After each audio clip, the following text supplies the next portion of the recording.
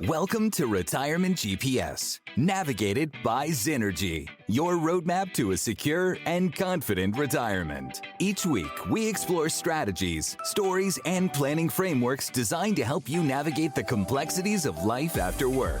From tax planning to investments, income strategies to risk management, our goal is to give you the clarity and confidence you need to make informed decisions. But retirement isn't just about the numbers. It's also about lifestyle, purpose, and peace of mind.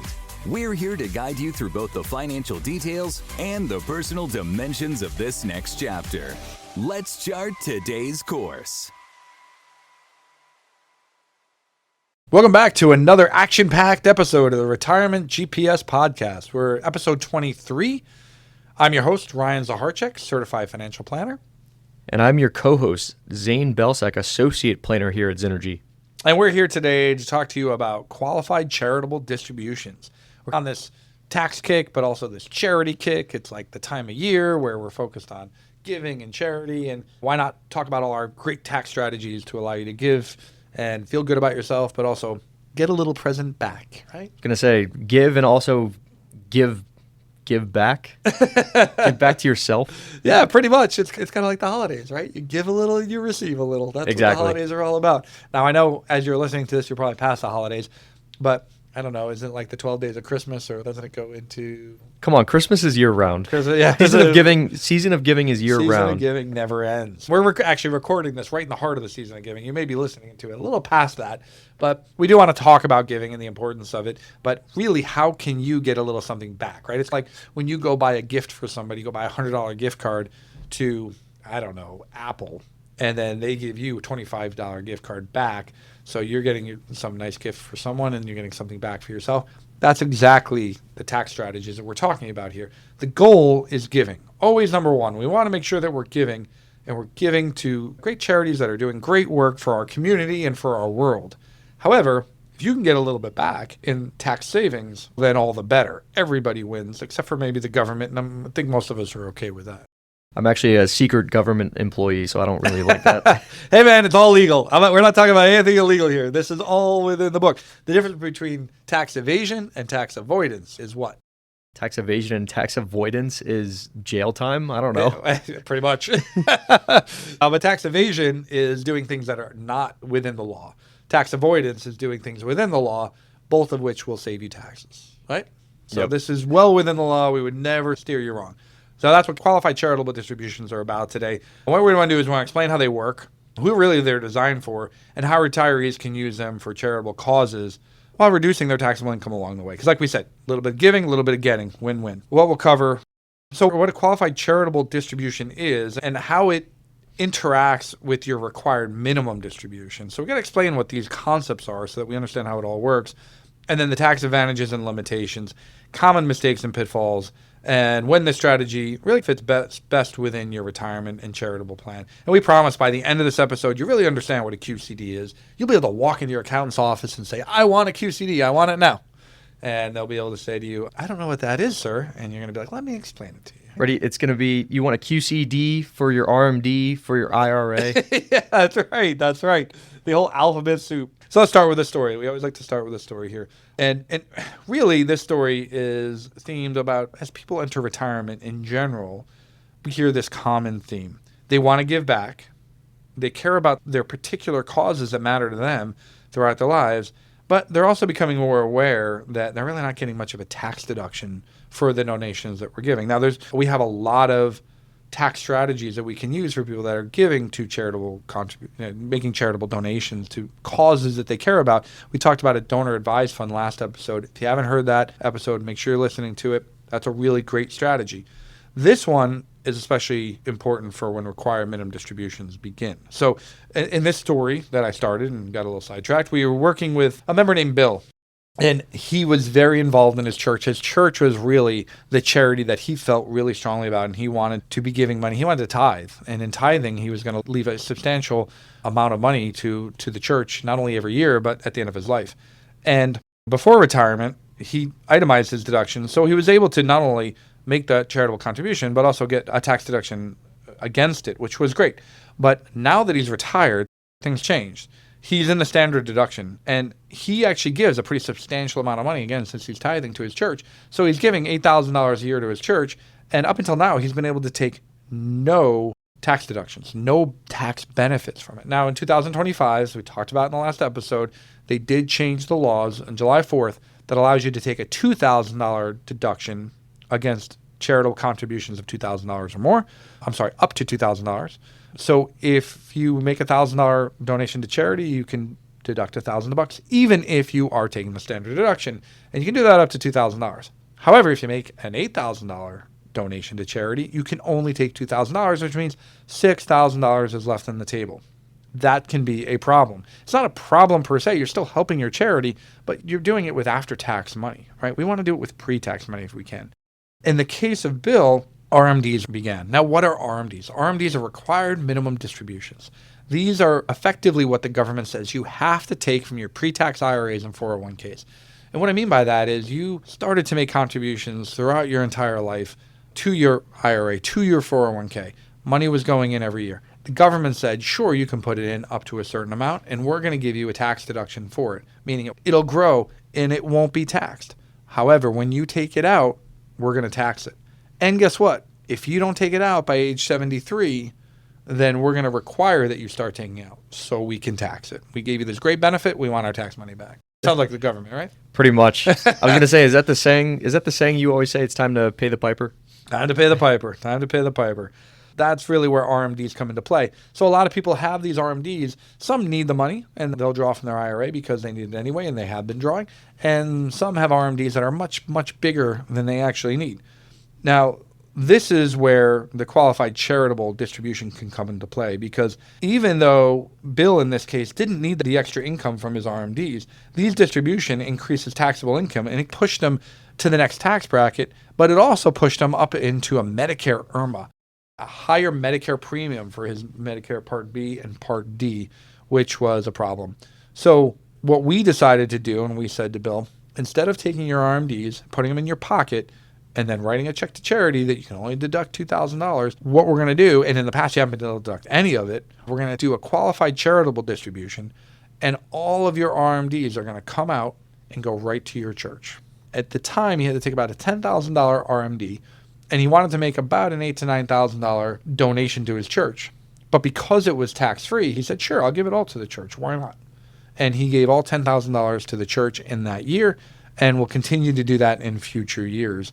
So because he did that and took out the money from his IRA in a qualified charitable distribution, it A, satisfied his RMD, and B, went directly to the charity, his church in this case, without any tax whatsoever. So he was able to give a completely 100% tax-free charitable contribution. He was already going to give that money anyway, and he had to take the RMDs as well. So he's basically just saving time. Yep, and some of that money would have been tax-free. Some of that money would have been taxed. Yep. Now 100% of it was tax-free. So let's look at a qualified charitable distribution. Let's look at the basics. So QCD 101. Qualified charitable distribution allows individuals age 70 and a half or older. And I want to be clear about that. RMD age now for people who are currently of that age or younger is 73. Okay. But you can start doing a QCD at 70 and a half. That's the old RMD age from a few years ago, and they never really updated the QCD age. You can start doing it at age 70 and a half or older, and you can donate money directly from a traditional IRA to a qualified public charity. Want to be clear about that. You cannot do it from a 401k. It has to be an IRA. So it's a traditional IRA to a qualified public charity. This is true even if your RMD age is 73. As I said, 70 and a half is the age. You can do it at 71, 72, even if you don't have to take an RMD. Key points here is that the distribution is excluded from your taxable income. It's not even on your 1040 at all. There's no worry about Medicare, IRMAs. There's no worry about Social Security taxes, things like that. The donation must be made directly from the IRA custodian to the charity. So they can't give you the money and then you give it to the charity. The custodian has to give it directly to the charity, and we have a process to do that with Schwab. The maximum QCD amount is $100,000 per person per year. I doubt that's a big problem out there, Zane. Yep. But if you want to give that much, that'd be great. But it's fantastic for sure. Ultimately, Most people want to give roughly their RMD, so they want to make sure they're satisfying their RMD, or they want to typically give that $2,000 to $10,000 number to make sure that they're getting the full tax benefit from it. But you are limited to $100,000 a year, so sorry if you want to give $1 million a year. QCDs apply only to traditional IRAs. We talked about that already. No 401ks, no 403bs. Because the distribution really never shows up in your income. So let's talk about a little bit about the standard deduction and why QCDs matter more after this increase in the standard deduction. It's because most retirees, somewhere in the frame of 90 to 95% of retirees will be on the standard deduction, which means you're really only at this point going forward, 25 and forward, only be able to take $2,000 of charitable deductions. The QCDs allow you to maximize that and take all of your QCD as basically completely tax-free. You don't even have to deduct it. And what counts as a qualified charity? So it must be an IRS qualified public charity. It cannot be made to a donor advised fund. So we did talk about the donor advised fund last time.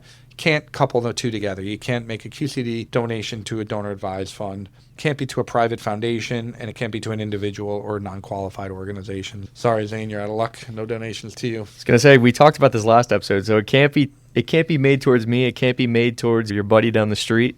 It has to be a qualified charity. That's right. QCDs may help retirees lower their taxable income, satisfy RMDs without increasing income, stay within a preferred tax bracket, which can be really valuable, reduce Medicare premiums, surcharges, and support their charitable causes efficiently and effectively. Make sure that you're looking at a QCD as a possible option for you in the future. When a QCD makes sense is when you're charitably inclined and you're over age 70 and a half. So if you want to give to charity and you're over 70 and a half, you should be strongly thinking about a QCD, especially assuming that you have a pre-tax IRA. RMDs will increase your taxable income beyond what you need. Then for sure, we can be looking at a QCD to utilize that income to go to charity. If you take the standard deduction, you absolutely need to be looking at this if you're taking RMDs. And if reducing your AGI has planning value, I think reducing your AGI always has planning value, but sometimes more than others for sure. Definitely is an important point. Now let's look at our action steps. Number one, confirm your eligibility. Do you have a pre-tax IRA? Do you want to give to charity? Are you 70 and a half and older? If all those three things are true, then absolutely, let's talk about a QCD. Think about a QCD. Review your RMD amount and your charitable intentions. If you're already collecting RMDs, and you're giving to charity completely separately, no reason you shouldn't be bundling those two together. Make sure that you identify qualified charities that you wish to support. Make sure that those charities are qualified, and you can simply ask whoever you're donating it to, are you a qualified charity? Coordinate your QCD execution with your IRA custodian. Reach out to your custodian, let them know what you want to do. Every custodian I know of has a program to help you with this. And then work with your advisor and tax professional to ensure that you're properly reporting it. Especially in the season of giving. Season of giving, we got great tax strategies, specifically great strategies for charitable donations and contributions. But this is a rare opportunity in retirement to really take advantage of a great strategy, and we're giving away some of our best secrets here on the podcast here. So I hope you're learning something, and I hope it's something that really appeals to you and even applies to you. In the meantime, next Tuesday, we've got another great episode coming out, and if you don't want to miss it, make sure that you're subscribing to our podcast. You'll get each new episode every Tuesday right in your inbox. Like us, make sure that you're giving us 5 stars. Really would appreciate a review, specifically a 5-star review, because that will help other people find us and get great information to other people in the retirement community, people getting ready for retirement. And if you have any questions, like we always say, feel free to reach out to the Zenergy offices. Zenergy Retirement Planning, Red Bank, New Jersey. We're glad to talk through some issues with you and make sure that you've got the information you need to make good decisions. But in the meantime, keep learning, keep planning. You guys have a great week.